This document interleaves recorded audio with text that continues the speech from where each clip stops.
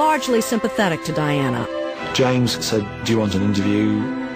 I said, "Of course I do." You know. Hardly believing what was happening, Morton took Coulthurst to his publisher, Michael O'Mara. He must have been extremely suspicious of me. I was convinced instantly that the guy had to be some kind of con man. Coulthurst was able to convince the author and publisher he was for real. But they had to protect Diana, who was watched day and night by photographers and palace staff. So the three hatched a plan. Cheers. Morton would write questions for Diana and give them to Coulthurst, already a regular visitor to Diana's palace apartment. No guard would ever suspect what was nestled in the basket of his bicycle.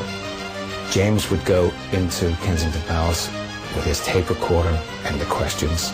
Straightforward questions about her childhood, her teenage years, the honeymoon, the romance.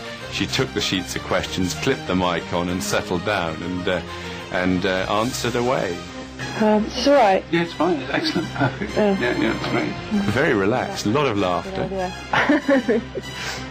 If Diana's mood was light-hearted, almost innocent, then her accomplices also had no clue about the gravity of their undertaking. Until they heard Diana's voice on tape. My husband made me feel so inadequate in every possible way. I threw myself down the stairs. I was just so desperate. My heart nearly stopped beating on the spot. Whoa, it was just amazing stuff. It was just mind-blowing.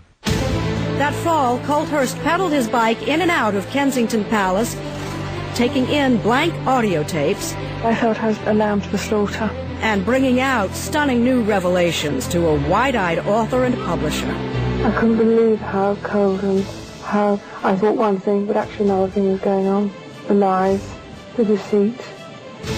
She was actually dishing the dirt on the core of the royal family. This was ultimately an extremely anti-Windsor, anti-royal family book.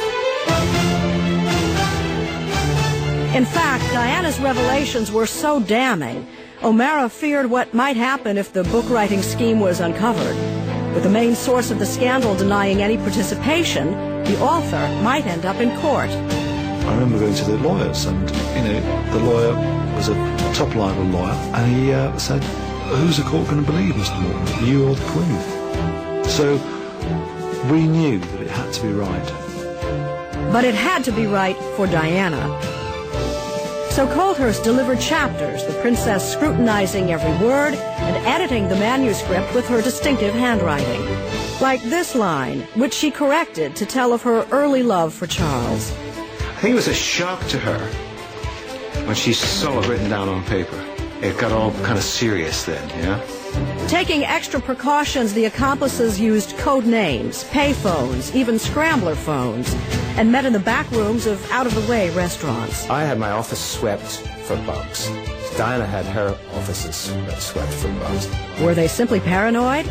It didn't appear so when Morton's office was broken into and ransacked. So for nearly 6 months, with every new chapter, the conspirators became more frightened. And it was just like a movie.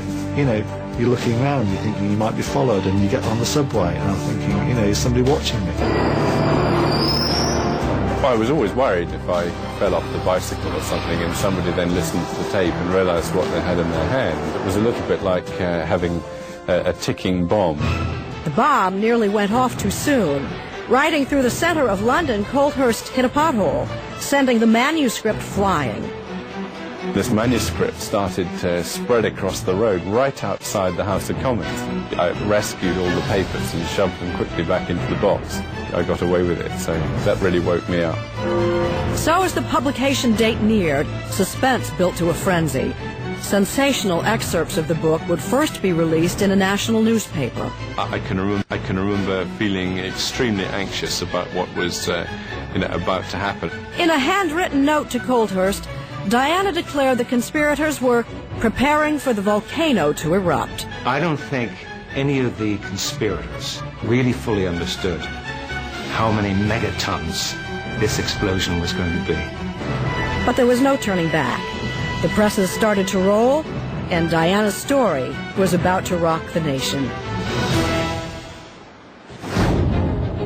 Coming up later, intimate And Unguarded. no, I'm just knackered, right? Secret videotapes of the princess at the palace.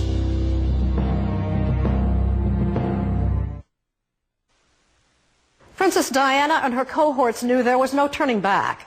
A deal had been made with a prominent London newspaper, the Sunday Times, to serialize Morton's book. For months, they lived nervously with their secret, bracing for, well, they didn't know what to expect, but it was going to be big. Sunday, June 7th, 1992. London awoke to a drab, overcast morning and explosive news. The inflammatory words so closely guarded for nearly a year were now headlines. I got no support from Charles. The bulimia was appalling. I was trying to cut my wrist with razor blades. People couldn't believe what they were seeing in print. Royal reporters were walking around in circles, not knowing what to do. I thought that was the most monstrous headline and totally untrue. Caught completely off guard, the palace was stunned. I think the Queen was furious. There's not a family on earth, I think, that would want to see their marital troubles broadcast all over the world, let alone the royal family. From day one, the four conspirators had vowed to hide that Diana was the source of the shocking material. Andrew Morton promised to take the secret to his grave. It looked as though they'd pulled it off. Even close friends of the princess, like Rosa Monckton, were in the dark. Had she said anything to me, I'd have been absolutely livid with her. I considered it a complete betrayal, really, of her family and of her friends. For the creators of the controversy, the response was beyond anything they could have imagined. We were thinking atom bomb, and it was actually like several hydrogen bombs. They were all desperately unhappy that somebody's come along and destroyed the fairy tale. A journalist, Morton now found himself on the other side of a media frenzy. He had to weather criticism of his book while denying the one thing that would have made him credible, Diana's involvement. I didn't interview the Princess of Wales for this book. Have you ever spoken to the Princess of Wales at all? I've spoken to her at the usual press receptions, but not in connection with this book. She hasn't read the manuscript. Which, of course, was not true. I would have loved, from day one, to have said, look, folks, Diana's wanted this book out, Diana wanted this book published. No, I couldn't say that. Still, Diana was suspect from the start. Former palace spokesman Dickie Arbiter. And I asked her, had she helped him?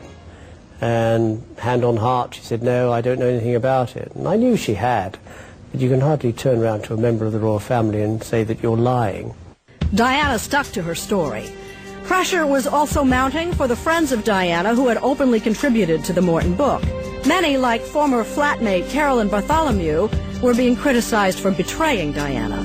But 4 days after the book was serialized, Diana sent out a meaningful signal to show that Carolyn had her blessing. It started with an anonymous phone call tipping off photographer Ken Lennox that the princess would be leaving her friend's house that morning. Diana came out of Caroline's house, looked to see where I was, spoke to him for a few minutes, walked down the path, got into the car, and drove past me, looking at me all the way. And it was a clear signal that I've got a story to tell, and I'm telling it, and a number of people have cooperated. For some who had observed Diana through the years,